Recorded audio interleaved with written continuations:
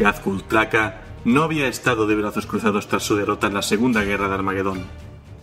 Retirándose a su bastión, situado en una red de sistemas estelares orcos del sector Gólgota, continuó el plan maestro que le habían revelado los dioses Gorko y Morko hacía décadas. Si el Imperio había cometido un gravísimo error tras la Segunda Guerra de Armagedón, ese fue creer que Ghazghkull había sido derrotado para siempre. En realidad, lo que los dioses orcos le habían revelado, o al menos lo que él dijo que le habían revelado, fue que para destruir verdaderamente a un enemigo había que aprender primero todo sobre él. Para Ghazghkull, la Segunda Guerra había sido solo una forma de aprender cómo el Imperio respondería y se defendería de una gran invasión planetaria. A efectos prácticos, para él la primera invasión no había sido más que una prueba de las defensas del Imperio de la Humanidad. En las 5 décadas que siguieron a la Segunda Guerra de Armagedón, Ghazghkull continuó sin interrupción su divino plan. Habiendo aprendido todo lo que necesitaba saber sobre las tácticas y estrategias imperiales, empezó a desarrollar las tácticas que sentía que llevarían a la derrota final de sus enemigos.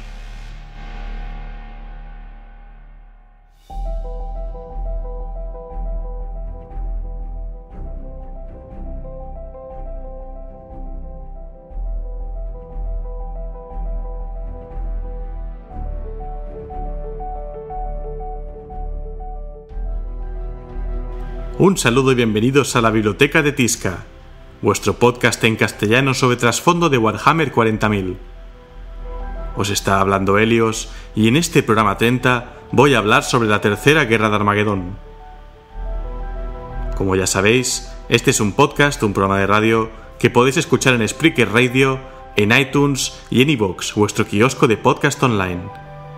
Y además, como siempre, también tengo las redes sociales. Facebook.com/la Biblioteca de Tizca. En Twitter el usuario @Biblioteca Tizca. Y en Google Plus y en YouTube las comunidades llamadas la Biblioteca de Tizca. Pasando a leer los comentarios del canal, Manolo Jacinto en Facebook dice: gran trabajo el que realizas. Emily Planchar Madeo en Facebook dice: qué pasada, espectacular, además con lo que me gustan los orcos. Mario Luque en Facebook dice: acojonante, tengo un ejército de la Legión de Acero y me ha encantado. Antonio J. Ariza Molero en Facebook dice: qué gran tipo el comisario Yarrick. La Legión de Acero siempre le dará las gracias por liderar ante las verdes hordas. Fernando Martín Monge en Facebook dice: que sepas que la caja de Guns of Comorrak ya la tengo pintada mientras escuchaba tus últimos podcasts. ¡Felicidades! Pues felicidades a ti por acabar la labor. Estoy esperando esas fotos que has dicho sobre tu ejército de Eldar Oscuros. Hugo Mendoza en Facebook dice: grandísimo programa, me ha gustado muchísimo. No se reconoce lo suficiente al Astra Militarum y a gente como el amigo Yarrick. Pues no, efectivamente, parece que el martillo del emperador siempre queda un poco eclipsado, ¿no?, tras la magnitud de los marines espaciales, pero ellos están allí librando las peores guerras. Lean Wilder en Facebook dice: hola Helios, te escribo desde Argentina. Eres el culpable junto con la voz de Horus y los chicos de Skibidi War que yo y mis amigos volvamos a 40k luego de 6 años. Por aquellos días solo jugábamos y no estábamos tan metidos con el trasfondo. Te recomiendo siempre que surge el tema de cómo iniciarse en la historia de Warhammer. Gracias por tu trabajo y saber que tu aporte a la comunidad es invaluable. Espero con ansias la historia del Mechanicus y de los puños imperiales. Y dice entre paréntesis: soy arquitecto y mi formación profesional hizo que sean mis facciones favoritas, los fabricantes y constructores del Imperio. Pues un saludo a toda la comunidad de Argentina, desde aquí, desde España, y mucha gente, lo vamos a ver, nos está pidiendo que hablemos del Mechanicus. Vamos a ver si sacamos tiempo más adelante. Prioxis Prime en Facebook dice: hola. Hoy un compañero de Drop Assault, aplicación por cierto de Android y iOS que recomiendo, me recomendó por WhatsApp tu programa. Por probar he escuchado el último capítulo y en cuanto he terminado he empezado a escuchar todos los podcasts desde el primero. Desde hoy tu biblioteca se ha convertido en mi compañera incondicional durante mis jornadas de pintura. Enhorabuena por el programa y mis agradecimientos por traernos tanta información en este formato. Un saludo. Sebastián Santin en Facebook: hola, he oído tu canal, me ha encantado que expliques la herejía, una serie muy interesante. Me gustaría saber un poco más de lo que dice la wiki sobre los Mechanicus, que es mi ejército, y también si puedo usar las minis de la herejía como ejército para competencia de los Mechanicus, claro. pues como digo, el Aetos Mechanicus, que por cierto a mí los Skitari personalmente me gustan mucho, tendrán su momento en un futuro en este programa. Acerca de usar miniaturas de la herejía de Horus en 40.000, no estoy muy al corriente. No sé si el reciente reglamento de octava lo permite. Espero que haya jugadores que puedan aclarar esto, porque yo nunca he jugado a 30k, más allá de los juegos temáticos. Guillermo García Pérez en iVoox dice: me flipa este podcast, quiero meterme a jugar 40k y esto es justo lo que buscaba. Por favor, ¿sería posible hacer un episodio de Taus? Un saludo. Pues uno no, habrá más de uno, pero en su momento. Todavía nos quedan razas que tratar, nos faltan los Tau, nos faltan los tiránidos, nos faltan muchas facciones imperiales, todo a su tiempo. Aina Cannabis en iVoox dice: me ha encantado, llevo ya un tiempo escuchando el podcast, pero este me ha encantado. Pues me alegro que os haya gustado el relato sobre las primeras guerras de Armagedón. Hoy vamos a ver esta conclusión. Nicolás en iVoox dice: gran trabajo, ya hay ganas del próximo, saludos. El Gnomo del Parque en iVoox dice: Armagedón fue, es y será orco, por siempre. Lo que pasa es que los humanejoz no entendéis que los buenos pieles verdes se lo toman como un Erasmus, un par de añitos y vuelves hecho todo un chico de bien. Postdata, como siempre un trabajo genial. Emilio Cachares en iVoox dice: gran trabajo como siempre, Helios. Se nota que le tienes un cariño especial a los chicos. Enmarcada en la tercera guerra de Armagedón, recomiendo la novela Hellsreach de Aaron Devinsky Bowden y sobre todo una serie animada, totalmente no oficial, sobre la novela desarrollada por Richard Boylan. La podéis encontrar en YouTube. Pues no he sacado tiempo, pero la voy a buscar porque estos aportes siempre son interesantes. Gracias por compartirlos. Aeneras en iVoox dice: en una semana me he escuchado todos los programas, me has enganchado aún más al trasfondo de 40k.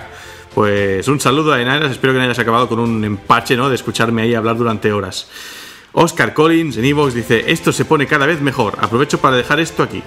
Es un vídeo que tal cómo sería si le dieran un dispositivo similar al Loquendo al emperador. Yo me reí bastante, espero que lo disfruten. Pues sí, yo vi el vídeo, que dura nada, 4 minutos, pero es muy divertido cuando ves que el emperador empieza a hablar y a expresarse en pleno milenio 41, ¿no? Hanko51 en iVoox dice: nada como otro capítulo más de la biblioteca de Tizca. Una duda, ¿hay orcos negros en Warhammer 40k? Pues que yo sepa no recuerdo haberlos visto ni en miniatura ni tampoco en el trasfondo. Creo que eso es potestad de Warhammer Fantasy y no sé si están en los Iron Joes de Age of Sigmar, creo que tampoco. O quizás sí, ves a saber, no conozco mucho las facciones de destrucción de Age of Sigmar. Epónimo en iVoox dice: turrón, las ratas de túnel esos enganchados al Windstorm molan un huevo, todo locos, oye. Supongo que se refiere a los locos dopados que van por los túneles de Armagedón, desnudos y solo con un cuchillo, y que acaban uno a uno con todos los comandos orcos. Se dice que ninguno salió a la superficie. Gracias, Helios, espero con ganas el siguiente. Por cierto, vas a ir a la convención de podcasters que va a celebrarse en Alicante. Si vienes nos pondremos tibios a pintas en luceros. Pues nada me gustaría más, lo que pasa es que no sé si voy a estar por tierras francesas en esa época. Pero bueno, animo por cierto y doy las gracias a toda la gente que nos votó como mejor podcast. Amador H. Lorita en iVoox dice: muy buena la representación de las batallas con orcos, genial como siempre toda la información de estos pieles verdes. En cuanto al mensaje anterior, tiene una pregunta: si eran los orcos la raza más mecanizada de Warhammer 40k, sigue así y espero los marines espaciales. Pues yo creo que no, obviamente ahí está, tanto que se habla hoy, la de Aetos Mechanicus, ¿no? No veo nada más mecanizado que eso. Y bueno, incluso algunos capítulos de los marines espaciales, digamos que sacrifican sus propios miembros humanos por componentes metálicos. O sea, es el caso de los manos de hierro, por ejemplo, si no recuerdo mal. Pero creo que la Aetos Mechanicus es el apogeo, ¿no?, de la debilidad de la carne y su sustitución por componentes mecánicos. Todo muy deificado, claro, ¿no?, porque son esta religión del Omnisaya. Pero bueno, Kiko82 en iVoox dice: hola de nuevo, Helios, te quería dar las gracias por leer mi comentario en programa y decirte que los quería en español, se refiere a los libros, a las novelas. También decirte que te recomiendo a mi amigo y mencionar a mi buen amigo Jorge, que se lo pasé hace poquito y le encantan. Pues un saludo, Jorge, bienvenido a la biblioteca de Tizca. Y aquí mi pregunta: ¿me podrías decir de cuántos efectivos se componía una legión en la pre-herejía? Y nada, un saludo y sigue así. Y recuerda, el emperador protege, pero siempre viene bien un Volter bien cargado. Pues una legión, las compañías de una legión, digamos, se componían igual que las vigentes hoy en un capítulo, con la excepción de los primaris, que los primaris lo han cambiado un poco todo, ¿no? Pero una legión estaba compuesta por incontables capítulos juntos, digamos, con lo cual no eran solo 10 compañías de 100 efectivos, sino que podían ser 15, 20 las que fueran, ¿vale? Todas guiadas siempre por su primarca, que en ese momento no había señor de legión ni de capítulo ni cosas así, o sea, estaba el primarca. Cada compañía contaba con 100 efectivos. La primera, por tradición, siempre ha sido la de las armaduras exterminador. Todas tienen siempre un capitán, y el capitán de la primera compañía es el primer capitán de la legión o del capítulo. Y bueno, es como se han compuesto siempre. Lo que pasa es que luego llegaría, después de la herejía de Horus, la primera fundación, ¿no? Y por orden de Robot Guilliman, con ese Codex Astartes, todas las legiones se separarían en capítulos de 1000 marines. Recordar que una compañía de 100 efectivos parece muy poco, pero un marine puede luchar tranquilamente como 100 soldados normales, con lo cual sigue siendo un poder devastador. Sergio González en YouTube dice: gran programa, Helios. Me ha gustado descubrir que quien operó a Ghazghkull fue Groznyk. El emperador te protege, pues. Sí, efectivamente. El loco Groznyk, ¿no? Es el causante de esta operación de Ghazghkull Traka. Esta sustitución de la parte que le falta del cráneo, ¿no? Con adamantio, cables y demás. Oscar60 en YouTube dice: me encantó la descripción de la resistencia en Armagedón, fue muy buen vídeo. Tengo una duda con respecto a Garbiel Loken, es un personaje que me encantó y no tengo claro si realmente murió o si aún continuó después de la pelea de Isvan. Pues ojo spoiler, ¿vale? Pero Garbiel Loken sobrevive, lo que pasa es que queda durante un tiempo con la mente fragmentada, y se convierte a él mismo en lo que se denomina Cerberus. Pero tras un enfrentamiento y tal, consiguen rescatarlo, consiguen hacerle recuperar la memoria y trabajará junto a Nathaniel Garro de la Guardia de la Muerte para ir a Terra y defender a la humanidad desde ahí, en estos inicios, digamos, de la Inquisición. Esto se puede escuchar en los audiolibros de Nathaniel Garro. Y por último, TaliNG en YouTube dice: me encanta tu canal. Yo había oído del juego de mesa, pero nunca le había prestado atención. El año pasado vi un vídeo que hablaba de la herejía de Horus y después que leí Horus, Señor de la Guerra, no he podido parar. Ya me he leído 7 libros, el último el de los 1000 hijos, y fue una suerte encontrar tu canal. El episodio del ataque final a Terra ya lo he oído 3 veces. Sigue así. Pues por ahora, también de los 7-8 libros que llevo yo leídos, los 1000 hijos es mi favorito. Bueno, y ya habiendo leído todos los comentarios, el sumario de hoy es que, celebrando el programa 30, hoy quiero hacer una dramatización de la tercera guerra de Armagedón, cerrando el capítulo de los orcos con una de sus más fieras batallas, así que vamos allá.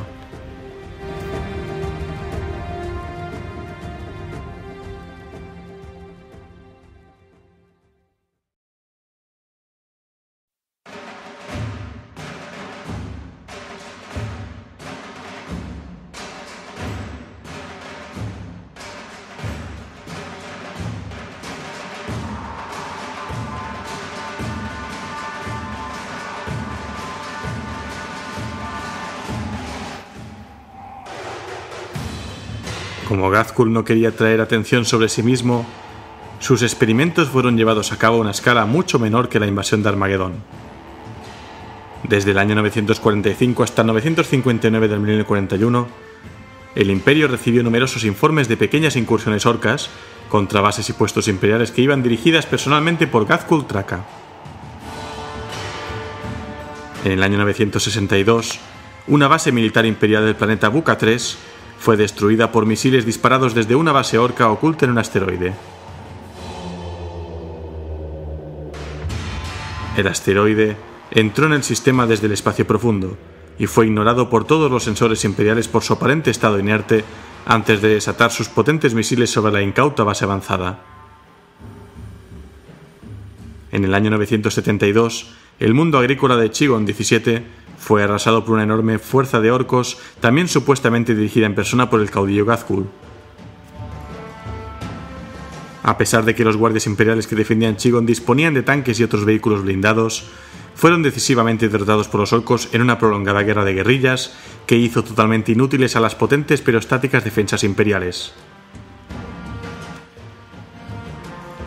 En el año 986, el crucero de batalla Camino Radiante de la Armada Imperial y sus naves de escolta se perdieron con todos sus ocupantes en un ataque pirata orco, una vez más comandado por Ghazghkull.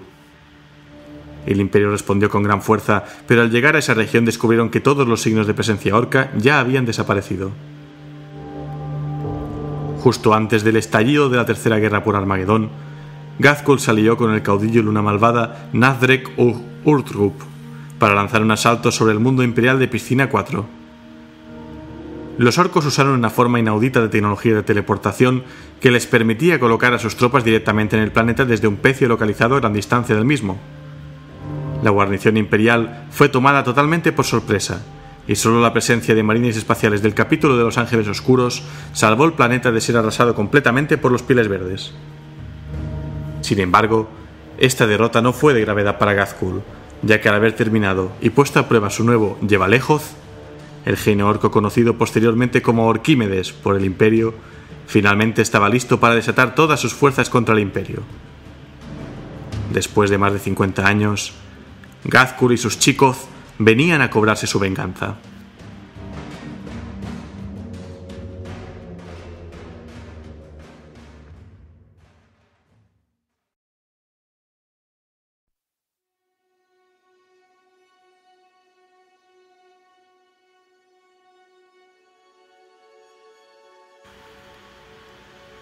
Tras la primera invasión a Armagedón de Ghazghkull Traka, se comenzó una larga investigación de la disposición y defensas del planeta en el año 948.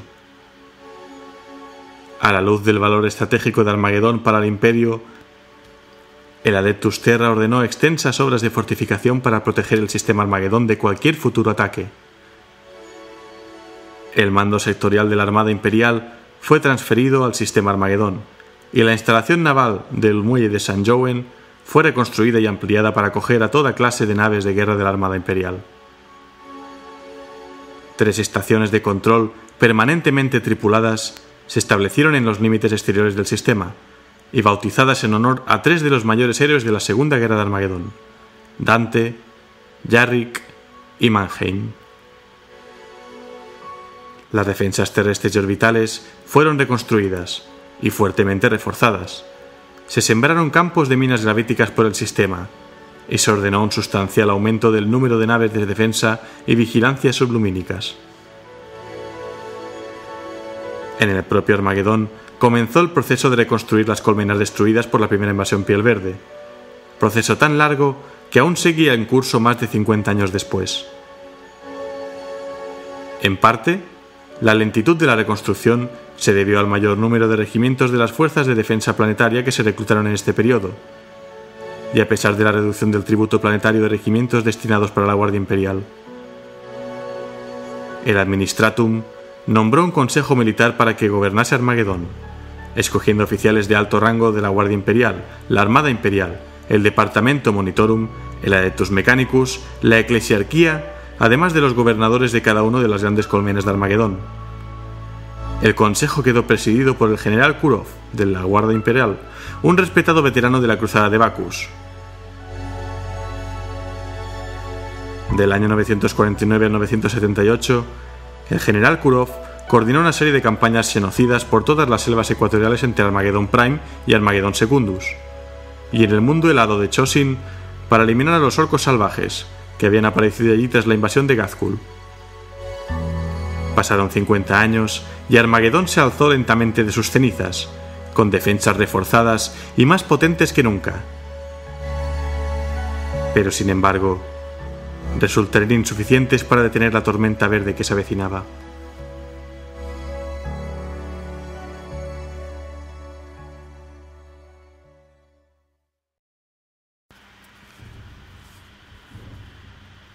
El primer signo de la inminente conflagración fue una serie de ataques orcos sobre los sistemas cercanos a Armagedón.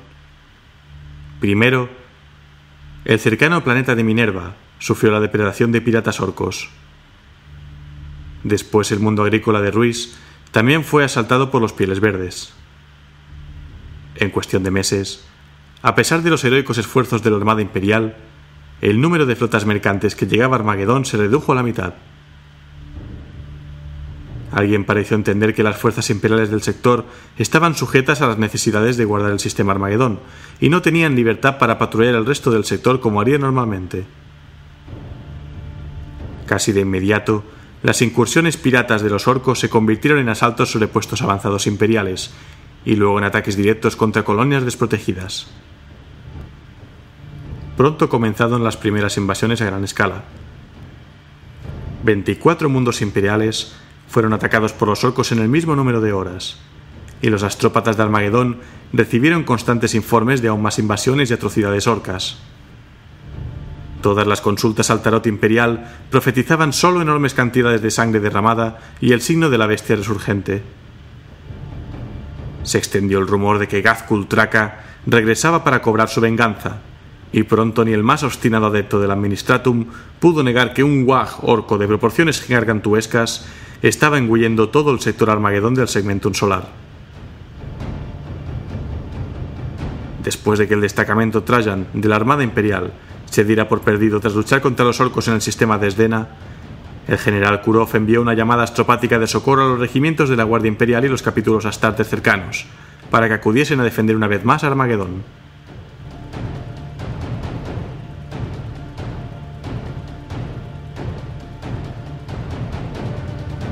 El día de la fiesta de la ascensión del emperador del año 998 del milenio 41, 57 años estándar después del final de la primera invasión orca Armagedón, las ondas psíquicas registraron una enorme perturbación en la disformidad cuando una flota orca emergió en el espacio real y la horda piel verde de Gazkul Traka se abalanzó una vez más sobre el sistema Armagedón. Una alerta de la estación de control Dante fue interrumpida a mitad de transmisión cuando los orcos la sobrepasaron en sus centenares de destartaladas naves.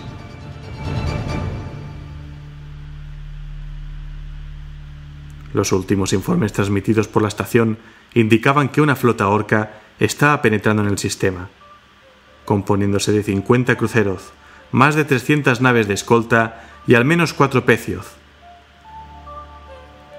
Las fuerzas imperiales de Armagedón se pusieron en alerta máxima y 7 escuadrones de cruceros de la Armada Imperial, dirigidos por los acorazados clase Apocalipsis, Su Voluntad y Triunfo, partieron del muelle de St. Jowen, situado en órbita geoestacionaria sobre Armagedón, 24 horas después de los primeros informes de la invasión. La flota imperial, bajo el mando del almirante Parol, entró en combate 5 días después, atrapando a la vanguardia orca en una emboscada en torno al mundo de alta gravedad de Pelúcidar. 60 naves orcas fueron destruidas por los disparos imperiales en la fase inicial del combate, sin que se perdiera ni una sola de las astronaves imperiales. Entonces, los navíos del almirante Parol fueron atacados por pesados escuadrones de cruceros matamuchos y enjambres de cazabombarderos, que se adelantaron a toda velocidad al resto de la flota orca. Las naves imperiales lucharon valientemente, machacando la chatarra de los toscos buques orcos con sus baterías de armas e incinerando oleada tras oleada de naves de ataque con sus lanzas. No obstante, la flota orca superaba a los defensores de la Armada Imperial en 6-1, y las naves imperiales fueron rechazadas gradualmente. Los orcos lanzaron asaltos suicidas contra sus oponentes con una ferocidad desatada, perdiendo una docena de sus naves a cambio de una sola nave imperial. En el cenit del enfrentamiento, el almirante Parol recibió mensajes desde las estaciones de control Yarrick y Mannheim, avisándole de que otras 3 flotas completas de orcos habían entrado por los bordes del sistema. En ese mismo instante, el Triunfo fue golpeado por los disparos combinados de 5 cruceros matamuchos e invadido en masa por orcos teleportados al interior. Dándose cuenta de que su deber era preservar a la flota imperial para lo que sería un conflicto prolongado, el almirante Parol dio a regañadientes la orden de retirada general.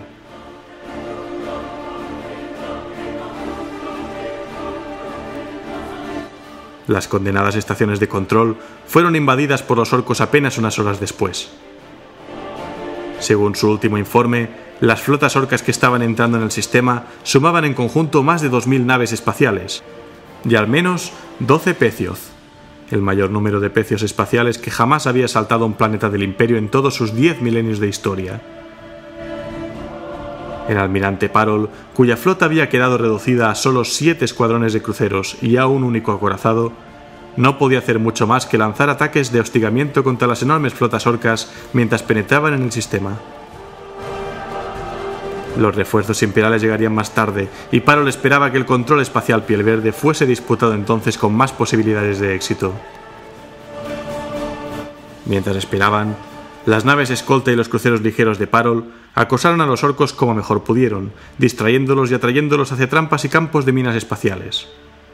Pero para su desánimo, la Armada Imperial encontró docenas de toscas fortalezas asteroide o Piedroth en la normalmente vulnerable retaguardia de las flotas orcas.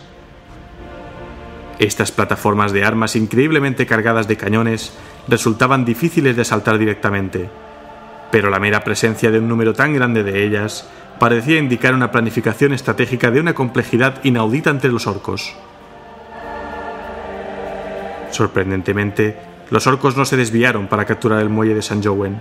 En vez de eso, lo bombardearon durante 6 días mientras las flotas lo sobrepasaban, azuzadas por repetidos ataques de escuadrones de naves de asalto imperiales.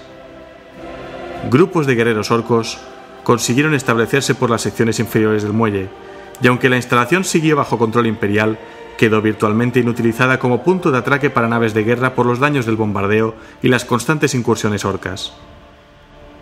Solo la llegada de 2 equipos de eliminación de los Guardianes de la Muerte, astartes cazadores de alienígenas al servicio de la Ordo Xenos de la Inquisición, consiguió rechazar a los orcos de vuelta a los fosos de almacenamiento de isótopos en la base de la estación orbital. Así lo explicó el comandante en jefe del muelle. Capitán Starkos, informe al almirante Parol de la situación en el muelle de St. Jowen. Debo informar sobre nuestra situación aquí en el muelle de St. Jowen. Cuando la flota orca rebasó vuestra línea, nos preparamos para sufrir múltiples acciones de abordaje. Pero, aunque parezca increíble, los orcos han optado por efectuar bombardeos. Pocas naves enemigas intentaron orbitar sobre nuestro muelle, y en vez de eso, descargaron toda su munición sobre nuestro muelle mientras continuaban un rumbo directo hacia Armagedón. Creo que nosotros no éramos su objetivo. El muelle de St. Jowen simplemente estaba en su camino. Más del 90% de nuestras defensas de superficie han resultado destruidas en las primeras 7 horas del ataque, y no hemos podido contraatacar a los invasores. Poco después, se lanzaron las cápsulas de asalto enemigas. No se trataba de un ataque coordinado, y muchos de mis oficiales de puente opinaban que las cápsulas de abordaje lanzadas desde los hangares de crucero Zorkoth Matamaz eran el resultado de una pobre disciplina alienígena. Creíamos que finalmente sufriríamos el asalto de los orcos, incapaces de esperar a llegar a Armagedón antes de iniciar la batalla. Nuestras defensas habían sido anuladas, por lo que éramos incapaces de detener su entrada en el muelle. Organicé precipitadamente grupos de combate para repeler su asalto. Sufrimos serias pérdidas, ya que los orcos luchaban con una ferocidad literalmente inhumana. El combate que se libró mientras los alienígenas se dirigían hacia los reactores fue intenso. Me vi obligado a desviar a muchos equipos para que participasen en la defensa de los reactores, ya que temía perder el muelle si culminaban el ataque. No obstante, esta acción permitió que un buen número de orcos no encontrase oposición en algunos de nuestros muelles superiores. Ahora tenemos a los orcos más o menos controlados, pero hemos perdido contacto con los muelles inferiores y pensamos que están en manos de los enemigos. Disponemos de las fuerzas necesarias para frenar su avance ahora que las flotas nos han sobrepasado y han comenzado el asalto. Pero no podremos limpiar la plaga orca sin ayuda.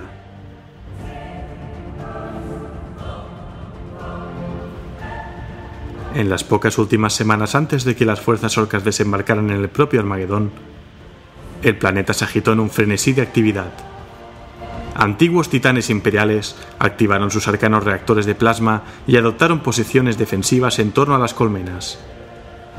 Se llamó a filas y atrincheró a los regimientos de la Astra Militarum, y marines espaciales, de más de 20 capítulos, se desplegaron por las montañas y los desiertos para prepararse para la lucha con los Pieles Verdes.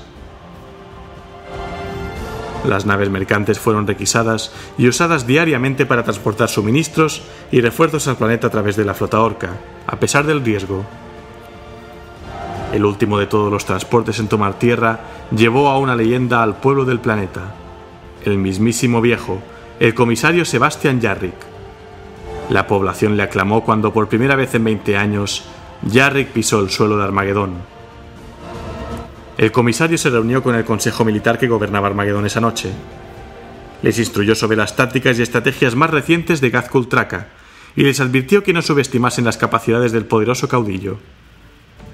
El general Kurov siempre había sido famoso por su capacidad para juzgar a los hombres en la batalla, y quedó profundamente impresionado por el empuje y la inteligencia de Jarrick.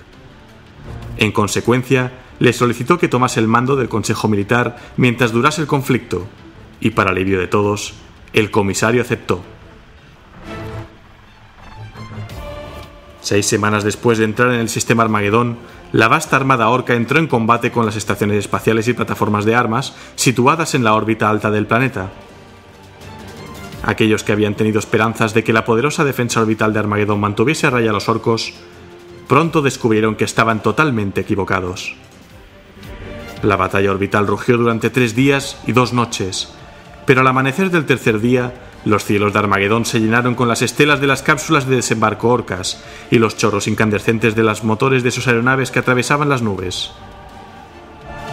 La colmena Hades, aún arruinada por el anterior conflicto, fue la primera en caer. En un acto de venganza, Ghazghkull decidió no luchar de nuevo en Hades. En vez de eso, toda la colmena y sus habitantes fueron aplastados por el colosal impacto de gigantescos asteroides lanzados desde los pecios de la órbita. Este acto de destrucción gratuita no fue más que una premonición del monstruoso derramamiento de sangre que habría de venir. Mientras las llamas de la destrucción de Hades iluminaban el horizonte oriental, las primeras legiones de orcos en desembarcar chocaron con los defensores imperiales cerca de Volcanus, Acheron y Ciénaga Mortal. Los láseres de defensa terrestres y los silos de misiles se cobraron un alto precio en vidas entre los orcos mientras desembarcaban, pero los imponentes supervivientes se reagruparon y asaltaron las defensas con tanta ferocidad que pronto más y más contingentes de la Horda Piel Verde alcanzaron la superficie planetaria sin sufrir daño alguno. Los orcos salvajes surgieron de las montañas Pálidus y las junglas ecuatoriales para unirse a los crecientes números de sus primos más avanzados. Allí donde las defensas imperiales resultaban demasiado fuertes para ser tomadas por asaltos frontales, enormes peñas de orcos y máquinas de guerra eran teleportadas directamente a la batalla desde los pecios de las alturas. Cuando las defensas terrestres se callaron, finalmente al tercer día de los desembarcos, Yarrick ordenó a todas las fuerzas aéreas restantes de Armagedón que se lanzasen al combate en un desesperado intento por destruir a tantas tropas de Ghazghkull como fuese posible antes de que tomasen tierra. Los saturados cielos amarillos del volcánico Armagedón se vieron recorridos por las torcidas estelas militares de cazabombarderos orcos y Thunderbolts y Furies imperiales, mientras tenían lugar masivas luchas aéreas de furia maníaca. La aviación imperial tenía la ventaja de poder retornar a sus bases blindadas para repostar y reaprovisionarse, mientras que los orcos tenían que reservar combustible suficiente para volver hasta sus naves espaciales y pecios en órbita. No obstante, pronto los orcos aseguraron bases terrestres y la batalla aérea se volvió contra los valerosos pilotos imperiales cuando el apabullante número de aeronaves orcas se impuso totalmente sobre ellos. Mientras las batallas en el aire alcanzaban su clímax 5 días después de los desembarcos orcos, la colmena Acheron cayó en manos de los Piel Verdes sin previo aviso, capturada gracias a una traición interna. Los informes hablaban de un sabotaje en la red de energía de la colmena y de orcos emergiendo desde túneles secretos en el mismo corazón de la gran ciudad. El instigador de estos terribles crímenes se reveló como nada menos que el infame criminal de guerra y antiguo gobernador de Armagedón, Hermann von Strapp. Von Strapp tomó la ciudad conquistada como su nuevo señor supremo, anunciando que era su derecho divino gobernar todo Armagedón. Escuadras de orcos se desplegaron para silenciar a cualquier disidente que discutiese esa afirmación. Sorprendentemente, gran parte de la antigua nobleza de Acheron le dio la bienvenida a von Strapp como su príncipe perdido, eligiendo ignorar el hecho de que se había puesto de parte de una de las especies xenos más peligrosas que conoce el Imperio.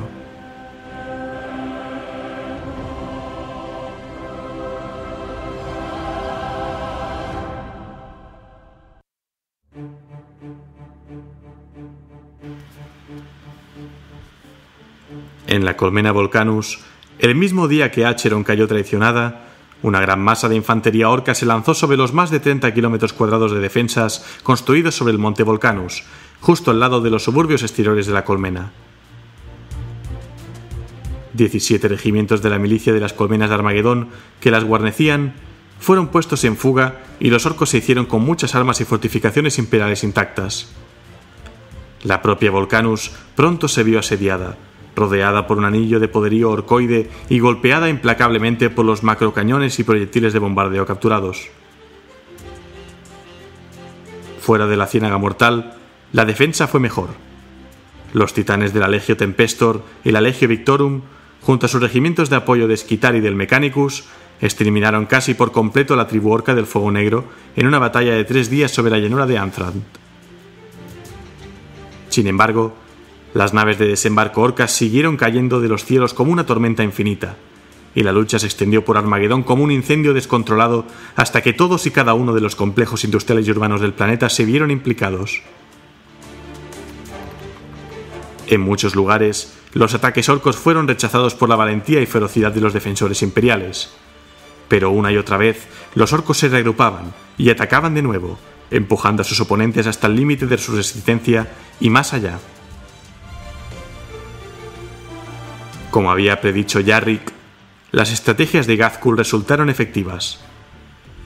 Los orcos mantuvieron un control férreo sobre el espacio aéreo de Armagedón, y los bombardeos orbitales y los cazabombarderos golpeaban a las fuerzas imperiales allí donde intentaban formar una línea de batalla coherente, manteniéndolas inmovilizadas hasta que nuevas remesas de infantería piel verde llegaban para rodearlas. Cuando los orcos se veían superados en número, luchaban con tácticas de guerrilla, asaltando a los humanos y retirándose a los duros desiertos de ceniza antes de que pudieran vengarse. Ghazghkull había aprendido bien las lecciones de Chigon 17 y dispuso los combates deliberadamente para que fuesen dispersos y caóticos, condiciones en que las partidas orcas medraban y los regimientos imperiales carecían del apoyo y coordinación que los humanos necesitaban para defenderse con efectividad. Los marines espaciales arrasaron las tierras altas de Armagedón en misiones de búsqueda y destrucción para eliminar concentraciones de los salvajes pieles verdes a la mínima oportunidad.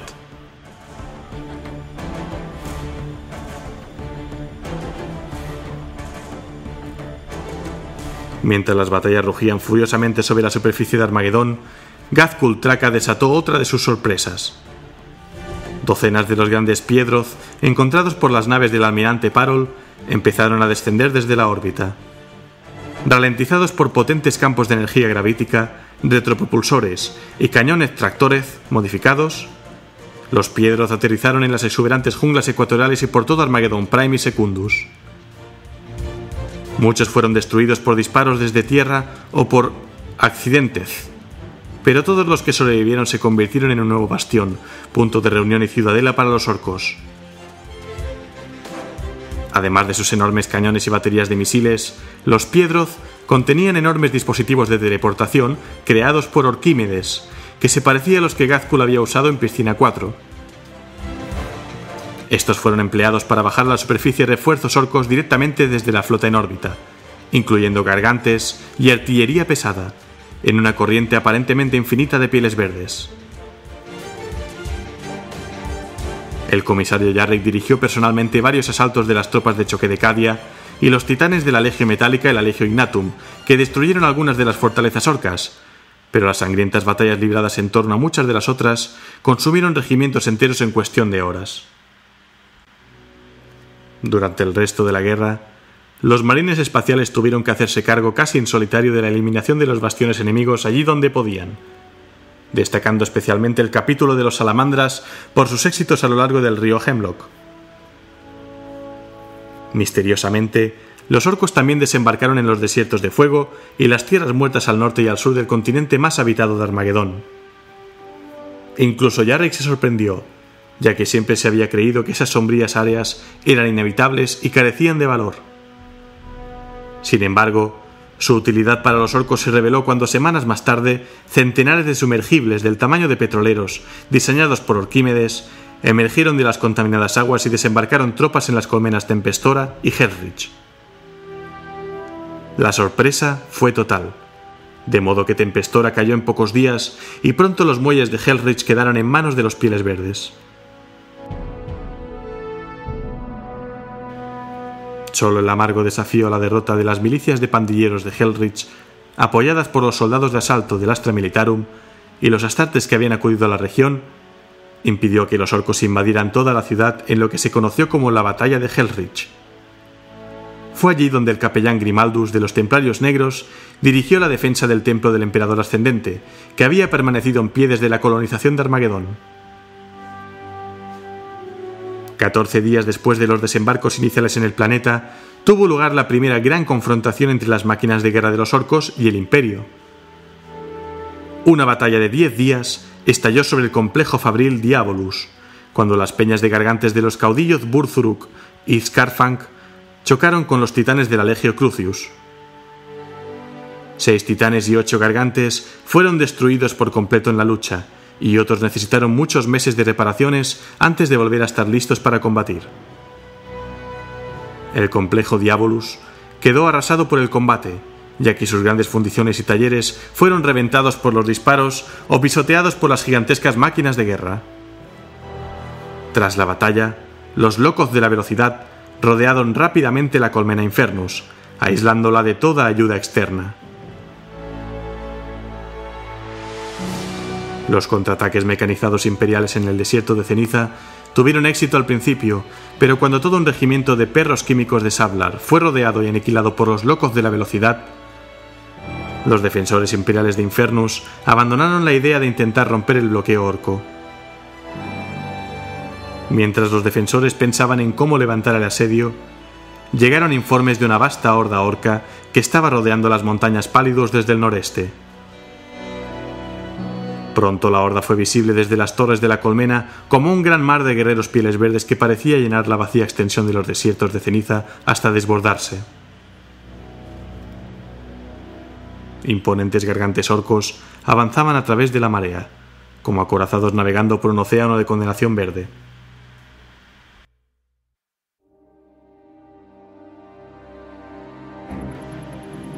Los cánticos de guerra de los orcos podían oírse a más de 30 kilómetros, y el suelo temblaba con las pisadas de la horda. Peor aún, los estandartes que flotaban sobre los orcos portaban el glifo personal del mismísimo Ghazghkull. Cuando los cielos se oscurecieron bajo la sombra de los Pecioth y comenzaron los primeros bombardeos orbitales, los ciudadanos de Infernus supieron que había llegado la hora de su muerte. Intentaron inspirarse en las leyendas que contaban cómo el comisario Yarrick había luchado en la anterior invasión orca y había hecho pagar a los Pieles Verdes por cada pulgada de terreno que habían tomado en la colmena Hades.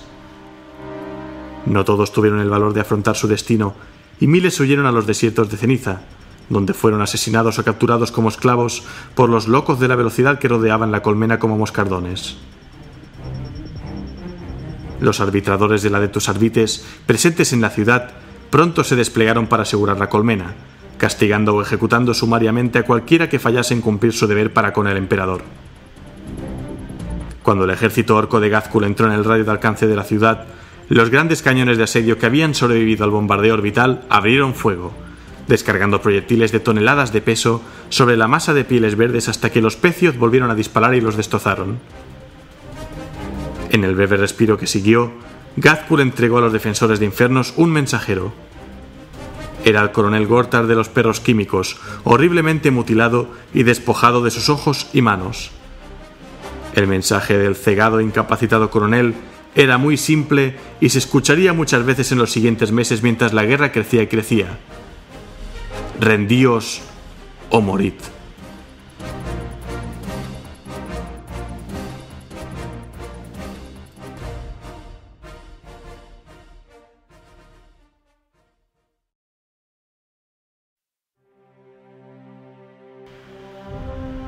El gran mariscal Helbres de los Templarios Negros y 3 cruzadas enteras de su capítulo respondieron a las súplicas de ayuda del asediado mundo de Armagedón cuando el caudillo orco Ghazghkull Traka regresó a la cabeza del mayor Wag de la historia del Imperio. Los sistemas estelares circundantes cayeron rápidamente ante el enjambre piel verde a pesar de los valientes esfuerzos de la flota de batalla Armagedón por detener la invasión. Pero el Wag era simplemente demasiado grande para detenerlo. Los Templarios Negros libraron sangrientas campañas por los desiertos de ceniza de Armagedón, pero fue en el espacio donde hicieron su mayor contribución a la defensa del planeta. Las 3 cruzadas se reunieron en un bastión capitular del planeta Fergax y seguidamente pusieron rumbo hacia el segmentum solar. Al llegar a Armagedón, la experiencia de Helbridge en el mando de las grandes flotas le convirtió en el líder natural de las astronaves Astarte reunidas allí, mientras que los mariscales Ricard y Amalric llevaron a sus cruzadas a la superficie planetaria. En el espacio se luchó amargamente, y Helbrecht dirigió en persona muchos asaltos a los pecios orcos.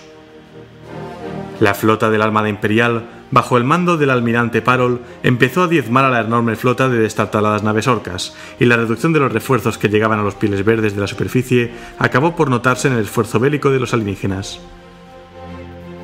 Al comienzo de la Estación del Fuego, en la que la superficie de Armagedón se vuelve hostil a toda forma de vida por los estallidos volcánicos, la lucha entre los orcos y los humanos había quedado reducida a un incómodo punto muerto. El éxito de los Templarios Negros en frenar la invasión orca se vino abajo cuando la cruzada de Helbrecht regresó al pecio Terror Malévolo. Al inicio de los combates orbitales, este pecio había sido duramente bombardeado por la barcaza de batalla Luz de Pureza de los Templarios Negros y dañado por las cargas de demolición colocadas por las partidas de abordaje Astartes. Finalmente, Helbrecht decidió poner fin al pecio de una vez por todas y reunió a su cruzada y a todos sus hermanos de armas con armadura de exterminador para lanzar un abordaje en masa. Nunca se había intentado un asalto de esa magnitud, pero Helbrecht estaba decidido a acabar con la gargantuesca monstruosidad espacial. La primera fase del asalto fue un asalto por teleportación, encabezado por los exterminadores. Estos establecieron un perímetro de seguridad para permitir que el resto de los Templarios Negros abordase el pecio. La respuesta orca fue inmediata y los exterminadores fueron duramente atacados. Las bajas se acumularon, pero Helbrecht no cejó en su empeño de abrir camino a los refuerzos. Las Thunderhawk y los torpedos de abordaje alcanzaron el pecio y se unieron a la lucha en el perímetro. Los exterminadores mantuvieron a los orcos a raya, pero solo fue un éxito tenue. La segunda fase de la misión comenzó cuando la cruzada se organizó en equipos de ataque para colocar las pesadas cargas térmicas con las que se desgarraría por la mitad al Terror Malévolo. El propio Helbrecht dirigió al más importante de ellos, a pesar de haber sido herido ya varias veces. Junto con su escuadra de mando y el campeón del emperador, Vosper, Helbrecht profundizó en el interior del pecio. Los exterminadores habían mantenido a los orcos a raya durante la primera etapa de la batalla, y durante la segunda encabezaron el avance, formando la punta de lanza de las fuerzas de los templarios mientras se abrían camino a través de los retorcidos pasillos del pecio. Sin embargo, cuando abandonaron sus zonas de tiro relativamente aseguradas, las bajas volvieron a aumentar, aunque con el apoyo de toda la cruzada, los exterminadores lograron seguir traspasando las defensas orcas. A medida que más y más equipos de ataque se separaban para completar sus objetivos individuales, las fuerzas de los templarios se volvían cada vez más vulnerables a las emboscadas y ataques repentinos. Fue al penetrar en el cavernoso hueco entre dos de las astronaves mal encajadas que componían el pecio, cuando los orcos lanzaron su mayor contraataque. Más de 1 millar de los monstruos de piel verde se arrojaron contra el fuego de Volter de los Templarios Negros sin preocuparse por las bajas sufridas. Un crujido audible resonó cuando los orcos estrellaron contra la línea de los templarios. A pesar de haber perdido la iniciativa, estos lograron mantener la línea. Vosper y Helbrecht dirigieron el contraataque, segando a los orcos con habilidad sin igual hasta levantar una pila de cadáveres a sus pies. Lentamente, el equilibrio de la batalla cambió cuando los Templarios Negros se reagruparon tras sus campeones para atravesar a la horda orca. Mientras los dos poderosos guerreros se abrían camino, se encontraron con la mayor de las horribles criaturas. El caudillo al mando del pecio, quien atravesaba la remolinada lucha derribando a todos los hermanos de batalla que encontraba. Lleno de una furia justiciera, el campeón del emperador Vosper retó al enorme orco y se enfrentó a él en un duelo singular. Todos los templarios presentes rezaron una oración al emperador cuando Vosper y el caudillo cruzaron espadas, rogando por el campeón que encarnaba todo lo que su capítulo apreciaba. Vosper atacó al caudillo con 2 enormes barridos a 2 manos de la famosa espada negra, haciendo retroceder paso a paso a la criatura y ganando lentamente ventaja. Pero cuando el caudillo se tambaleó hacia atrás por un poderoso golpe descendente, se enfureció y contraatacó con una rapidez inhumana, rechazando a Vosper, quien a pesar de bloquear cada uno de los golpes de la espada del orco, no pudo impedir que la bestia le hiciese un placaje con su enorme cuerpo. Desequilibrado, Vosper no pudo esquivar el golpe del caudillo, que le abrió la cabeza. La caída del campeón fue el momento crucial de la batalla. A pesar de los mejores esfuerzos del gran mariscal, los templarios flaquearon y los orcos redoblaron sus esfuerzos. Helbrecht fue derribado por docenas de pieles verdes. Su escuadra de mando lo rescató de la pila de cuerpos, pero una rebanadora estaba enterrada en su pectoral. Mientras los templarios retrocedían, muchos fueron asesinados brutalmente, y las bajas del capítulo pasaron de graves a horribles. Muchos grupos de templarios se vieron aislados cuando el teleportarium de la luz de pureza se sobrecargó por el esfuerzo de devolver a las unidades de vuelta a la nave. Sin un perímetro efectivo de defensa, no había nada que la cruzada pudiera hacer para rescatar a las escuadras abandonadas, con lo que éstas no tuvieron más opción que intentar vender sus vidas lo más caras posible.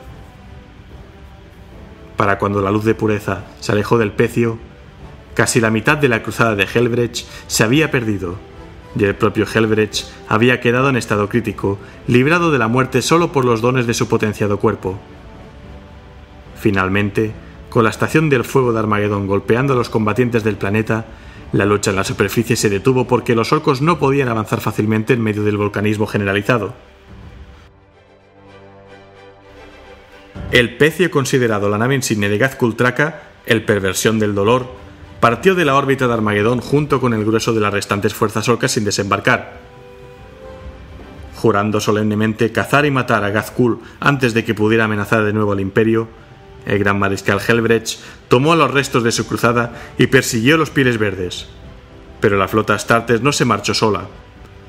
El héroe de Armagedón, el comisario Yarrick, solicitó a Helbrecht permiso para acompañarle junto a un selecto ejército de guardias imperiales de élite, y en señal del gran aprecio que Helbrecht sentía por Yarrick, le concedió su deseo.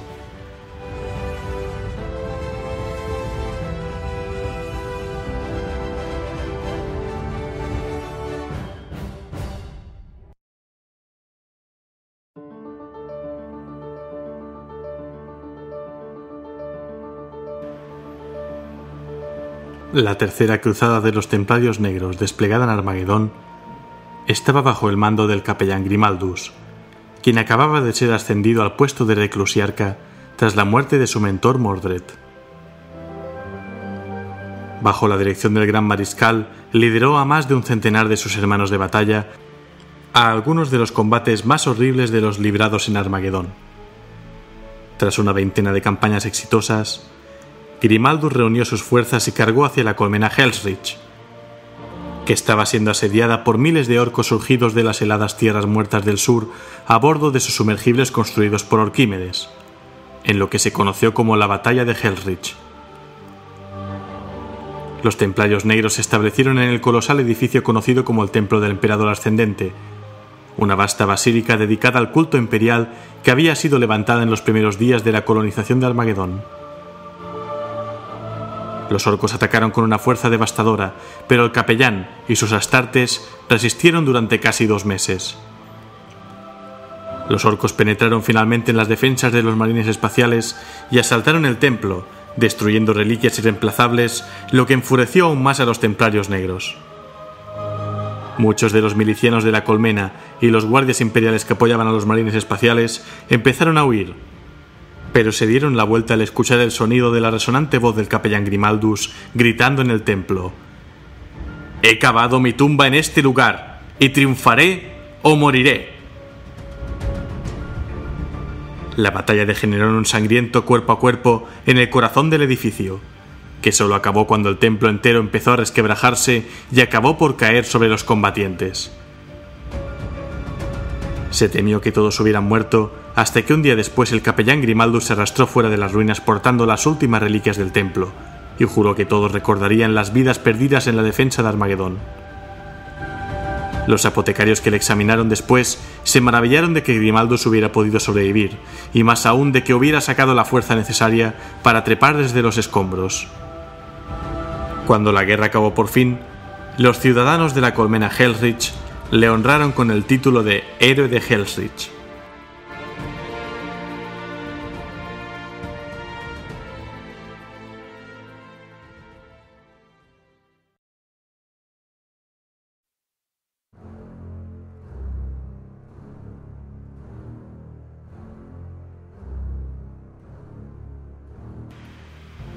Los leones celestiales son un capítulo sucesor creado a partir de la semilla genética de los puños imperiales, en una fundación desconocida realizada en los últimos años del milenio 38. Durante los siguientes 4 milenios, los leones celestiales demostraron ser un capítulo valeroso y digno descendiente de su primarca Rogal Dorn, defendiendo los dominios de la humanidad de los enemigos del emperador. Pero el feroz orgullo y los principios morales que siempre han gobernado sus actos y creencias podrían haber contribuido a su propia destrucción. Unos sucesos ocurridos hacía más de 5 décadas, durante un asalto rutinario al planeta Cathar, en el año 948 del milenio 41, pueden significar la condenación del capítulo tras los eventos sucedidos en la Tercera Guerra de Armagedón. La fosa de Mannheim era un cañón que atravesaba las montañas al norte de la colmena Volcanus, una grieta en la valiosísima tierra de Armagedón, abierta por la lenta pero activa danza de las placas tectónicas del planeta. Cualquiera que permaneciera allí durante más de un puñado de semanas sabía que Armagedón no es un mundo que duerma tranquilo, bien por la presencia de orcos, tormentas de polvo u otro conflicto distinto. Se comunicó al capítulo Astartes de los Leones Celestiales que debían asaltar al cañón porque allí se encontraba un nido de herejía mecánica, en el cual los alienígenas estaban forjando sus dioses máquina de chatarra. Las fuerzas de Volcanus tenían que atacar antes de que los titanes xenos fueran activados, o la batalla se volvería definitivamente contra los defensores de la ciudad. No se podía confiar un asalto quirúrgico como este a la Guardia Imperial, y la ciudad tampoco podía retirar y redesplegar en masa a sus unidades atrincheradas. Tenían que ir los leones.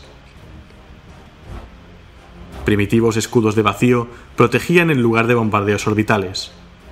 Los leones celestiales tendrían que atacar por tierra, sin cápsulas de desembarco, marchando al interior de la garganta junto a sus tanques y atacando agrupados en batallones como se hacía en la herejía de Horus y los milenios de cruda guerra que la precedieron. Los leones reconocieron el terreno previamente, por supuesto. Exploraron y observaron, considerando fiable la inteligencia imperial. Ninguno de los gigantescos bípodes alienígenas estaba infundido de vida, pero no tenían el tiempo de su parte. Cada hora que pasaban tras los muros de su fortaleza era otra hora que acercaba a los gargantes a su despertar. 500 leones celestiales atacaron. La última mitad del capítulo marchó a la guerra, sabiendo que los números del enemigo eran excesivos para las capacidades de la Guardia Imperial. Decidieron golpear rápido con una fuerza aplastante, contrarrestando así su incapacidad para saltar desde los cielos. Con un cuarto de las fuerzas astartes desplegadas, se habían tomado mundos enteros. Aunque la resistencia humana y los pieles verdes son imposibles de comparar, 500 marines espaciales son un arma avasalladora se mire como se mire. Los comandantes de los leones habían trazado un buen plan y cualquier señor del capítulo habría hecho lo mismo. No había forma posible de que el enemigo pudiera haber sabido que un ejército así se dirigía hacia ellos para destruirlos, y simplemente no había forma de prepararse para resistir a 500 marines espaciales. Golpear con ferocidad y destruir al enemigo. Retirarse antes de quedarse enfangados en una batalla a gran escala. Debería haber funcionado. Pero los gargantes no estaban durmiendo, estaban esperando. A pesar de este contratiempo, si eso hubiera sido todo lo que se les oponía, los leones aún podrían haberse abierto camino sin ser masacrados. Podrían incluso haber ganado, a pesar de morir hasta el último hombre. Los tanques dorados de los leones celestiales abrieron fuego, destruyendo finos escudos y rasgando boquetes en los cascos de las imponentes máquinas de guerra enemigas con sus cañones láser. Sus líderes gritaron órdenes, controlando a sus guerreros incluso en medio de la furia de la batalla, estableciendo a dónde disparar, por dónde presionar a las líneas orcas, a dónde desplazarse para defender a los batallones de tanques amenazados por la infantería enemiga. Incluso cuando los gargantes despertaron, la última mitad de un noble capítulo luchó para ganar. Purgarían el cañón, a una costa de sus propias vidas. El mismo Rogal Dorn habría luchado a su lado ese día. Pero la marea de la batalla cambió radicalmente. Los orcos revelaron la auténtica profundidad de su emboscada. Emergieron pieles verdes de la tierra, surgiendo hordas enteras desde madrigueras excavadas en las paredes del cañón y bajo el suelo rocoso. Miles de ellos avanzaron rugiendo bajo estandartes colmilludos decorados con leones capturados en otras batallas y crucificados. Este nuevo ejército se lanzó a la garganta, llenándola como la arena de un reloj y eliminando toda esperanza de retirada y, por supuesto, de victoria. De algún modo, los orcos sabían que los leones estaban en camino. ¿Qué otra razón podía haber para enterrar clanes guerreros enteros bajo la roca a la espera de un asalto así? Su líder era una bestia revestida de armadura de chatarra, el mayor piel verde que jamás habían visto los leones celestiales. Se comía a los muertos, tanto orcos como astartes. El líder guerrero Bulark enterró la espada Yehara en el estómago del ser y le arrancó 3 metros de apestosos intestinos, pero no sirvió de nada. Los leones resistieron a pesar de las bajas y de saber que habían sido traicionados. Un traidor, en algún lugar, había dado aviso al enemigo, y los orcos estaban sacando el mayor partido del chivatazo. Pronto, la extensión de la traición se reveló por completo cuando disparos de francotirador, letalmente precisos, empezaron a llover desde lo alto del cañón. No eran los proyectiles sólidos disparados normalmente a montones por las armas orcas, conocidas de sobras por los leones celestiales, sino rayos láser cruelmente precisos que atravesaron los cascos de sus oficiales desde arriba. Portavoces de la muerte, líderes guerreros, caminantes espirituales e incluso líderes de manada cayeron víctimas de disparos demasiado precisos y clínicos para ser del enemigo. Los leones necesitaron 4 horas para liberarse. Se abrieron camino de vuelta por donde habían venido, abandonando un mar de tanques muertos, hermanos de batalla difuntos y cuerpos enemigos descuartizados. La semilla genética de la mitad de su capítulo yacía pudriéndose en el fondo de aquel cañón, sin haber podido ser cosechada por sus restauravidas y habiéndola dejado en las impuras manos de miles de enemigos que no habían podido matar. Los leones celestiales habían huido del campo y la batalla más valerosa jamás librada por los leones tuvo lugar en esa retirada. Nunca se habían enfrentado a una situación así. Los últimos guerreros abrieron camino arrastrando a sus hermanos heridos, lejos de la tormenta de espadas, y volvieron a su fortaleza con el enemigo pisándoles los talones. Los Xenos inundaron su puesto avanzado antes siquiera de que la mayor parte de los supervivientes hubiera podido entrar. Los leones tuvieron que luchar hasta para escapar de su propia fortaleza invadida. Aún entonces, por cada Thunderhawk que consiguió escapar, otras 2 fueron derribadas envueltas en llamas.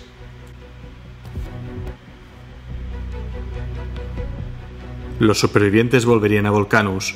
Solo 3 oficiales por encima del rango de líder de manada quedaban con vida al atardecer de aquel día.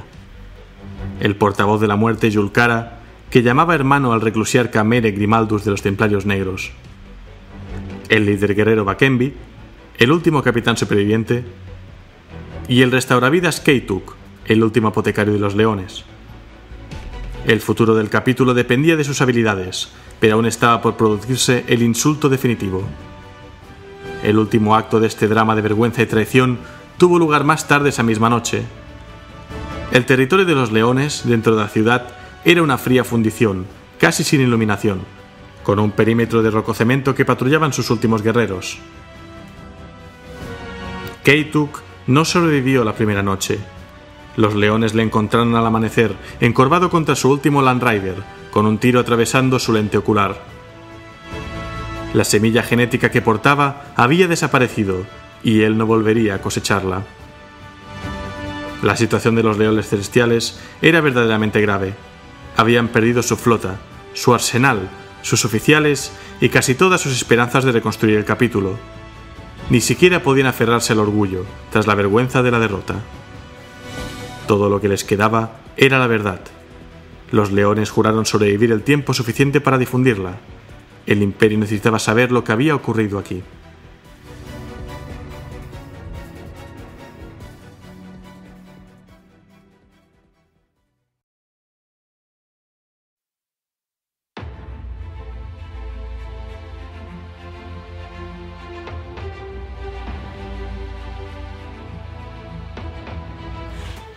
Cuando el Wag de Gazkul descendió sobre Armagedón, muchos capítulos de Astartes respondieron a su llamada de auxilio, como ya se ha dicho, incluyendo a los Templarios Negros, los Cicatrices Blancas, los Exorcistas, los Cráneos Plateados, los Campeones de Hierro, los Señores de la Tormenta.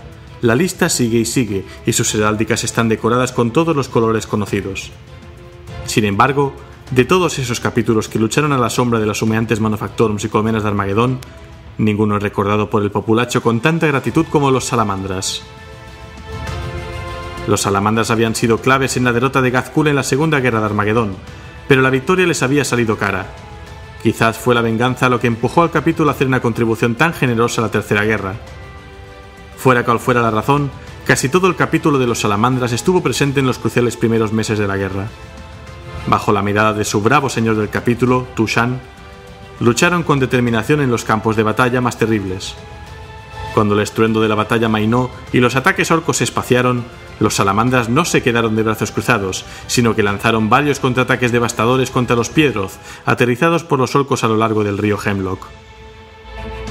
Prefiriendo la lucha a cortas distancias que se podía librar en el laberinto de toscos túneles tallado en el interior de los Piedroth a los duelos a larga distancia del desierto, los salamandras dejaron huella. Para el inicio de la Estación del Fuego, 9 Piedroth habían sido destruidos por los ataques de los salamandras, matando a incontables millares de pieles verdes.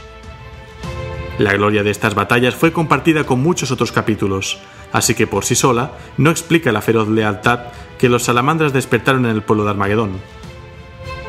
La verdad es que mientras que algunos capítulos luchaban por el emperador y otros por el renombre y la gloria, Tushan y sus salamandras libraban cada batalla para salvar las vidas de la gente de Armagedón.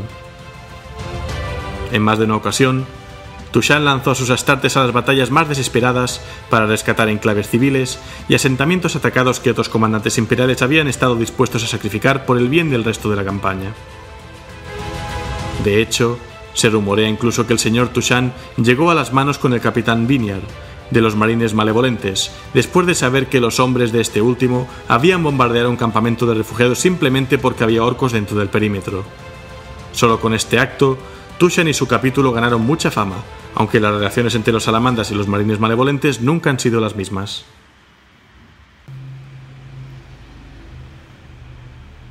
La mayoría de los salamandras partieron de Armagedón tras la Estación del Fuego, pero el trabajo del capítulo no había acabado. Las dos compañías que se quedaron atrás en el mundo colmena lo hicieron para proteger sus principales centros de población de las bandas errantes de orcos que nunca serían erradicadas del todo. Los tecnomarines de los salamandras han sido claves en la reparación y reconstrucción de la infraestructura necesaria para mantener a una cantidad tan ingente de personas, y es seguro que han salvado muchos miles de vidas con estas tareas vitales, pero a menudo ignoradas. La leyenda que los hijos de Vulcan dejaron tras de sí seguramente brillará más con cada año que pase.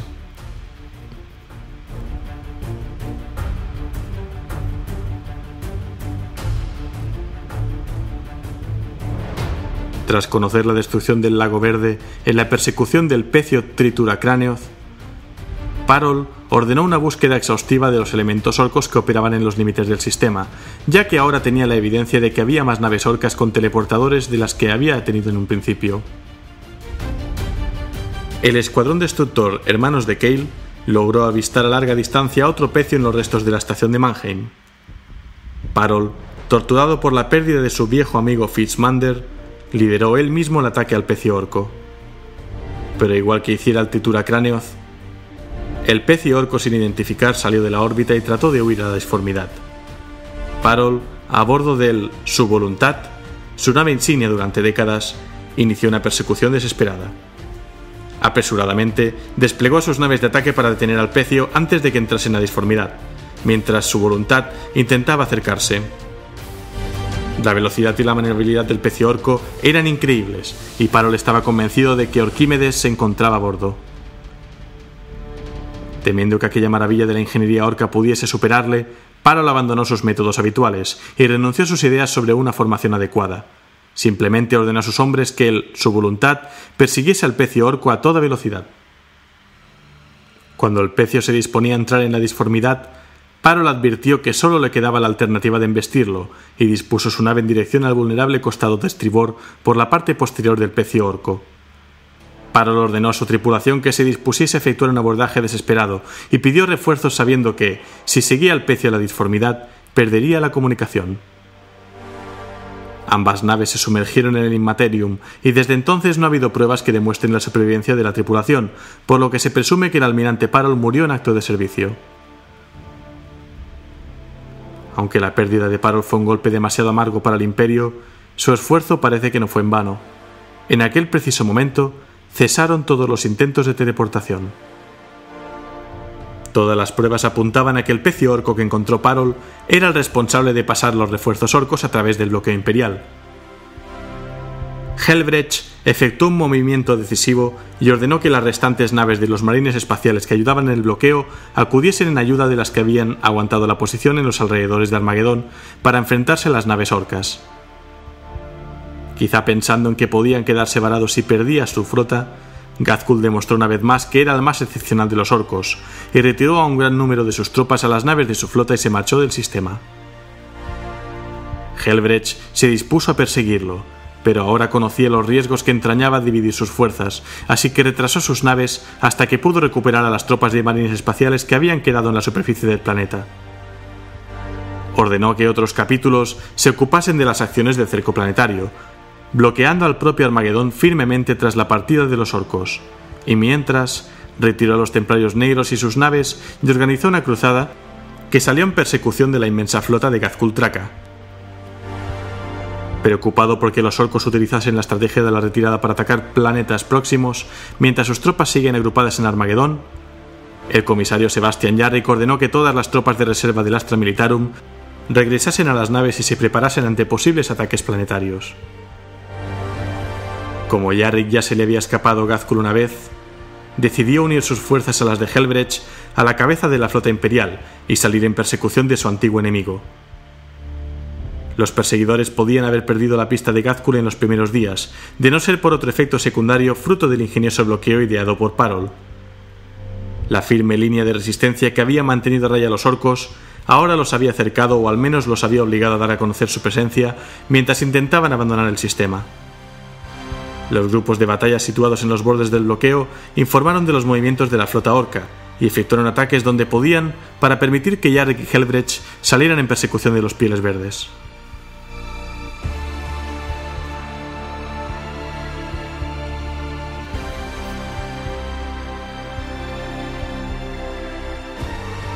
El final de la Tercera Guerra por Armagedón está envuelto en el misterio. En última instancia, la campaña fue considerada una victoria imperial ajustada, ya que la mayor parte del planeta permaneció en manos del Imperio. Poco después llegaron noticias a Yarrick, desde la flota de los Templarios Negros, sobre que Ghazghkull Traka había huido del planeta con el inicio de la Estación del Fuego, y el freno de las ofensivas orcas a bordo de su pecio de mando, el Perversión del Dolor. Al enterarse, Yarrick reunió sus propias fuerzas y le dio caza junto a la cruzada del gran mariscal Helbrecht, con el fin de encontrar y destruir finalmente Ghazghkull. Por esas mismas fechas, la 13ª Legión Penal llevó a cabo una atrevida operación encubierta bajo las órdenes del coronel Schaffer, que logró asesinar al traidor y antiguo gobernador Hermann von Strapp en la ocupada colmena Acheron cuando fue empujado por un balcón por el teniente Cage, quien desafortunadamente se cayó detrás de él y murió también. Aunque la guerra ha terminado oficialmente, aún continúa la lucha en el planeta. Si bien Ghazghkull ha dejado el planeta, perseguido por el comisario Yarrick y toda una cruzada de los Templarios Negros, los demás orcos han empezado a considerar Armagedón como una especie de Valhalla piel verde, al que llaman Arma la de Gedón, y al que creen que pueden ir siempre que busquen una buena pelea. Por tanto, el Imperio aún debe mandar más tropas a la estancada batalla para impedir que el planeta les sea arrebatado, y la aparentemente permanente invasión orca se convierta en una gran amenaza de nuevo. El estado del sistema Armagedón es grave. Miles de millones de soldados y ciudadanos murieron en la guerra, y muchas de las colmenas de Armagedón están en ruinas. El daño causado al planeta por la Tercera Guerra de Armagedón es una de las calamidades más grandes jamás sufridas por el pueblo del Imperio. Docenas de ejércitos fueron diezmados o destruidos por completo por el feroz enfrentamiento, y la destrucción causada en el planeta podría tardar años en repararse por completo. La mayor parte de los planetas habitados del sistema han sido arrasados por las fuerzas orcas, y con Ghazghkull huido al espacio profundo, es probable que reconstruya de nuevo sus fuerzas y cree su propio imperio, a menos que los Templarios Negros y Yarrick sean capaces de detenerle.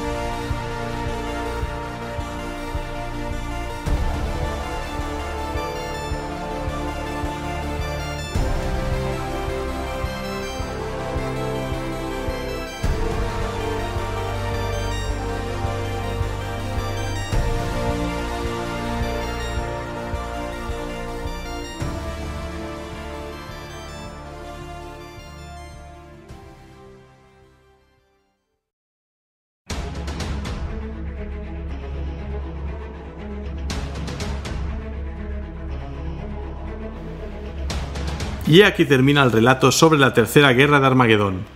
Espero que os haya gustado, la verdad es que yo he disfrutado muchísimo grabándolo, hacía tiempo que no disfrutaba tanto grabando un programa, espero que os haya gustado como ha quedado, y aquí termina este programa 30 de la Biblioteca de Tizca, vuestro podcast sobre trasfondo de Warhammer 40.000 en castellano.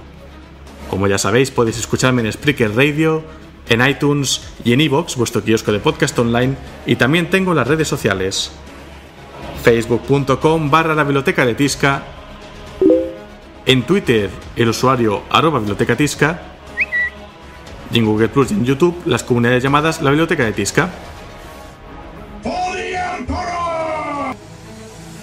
Gracias al sitio web Warhammer 40.000 por brindar tanta y tan útil información para ir ordenando toda esta historia. Si queréis visitarlo de primera mano, la dirección es http://es.warhammer40k.wikia.com. Y bueno, con la voz que me queda hoy, voy a recomendaros que juguéis al videojuego Warhammer 40.000 Santus Reach.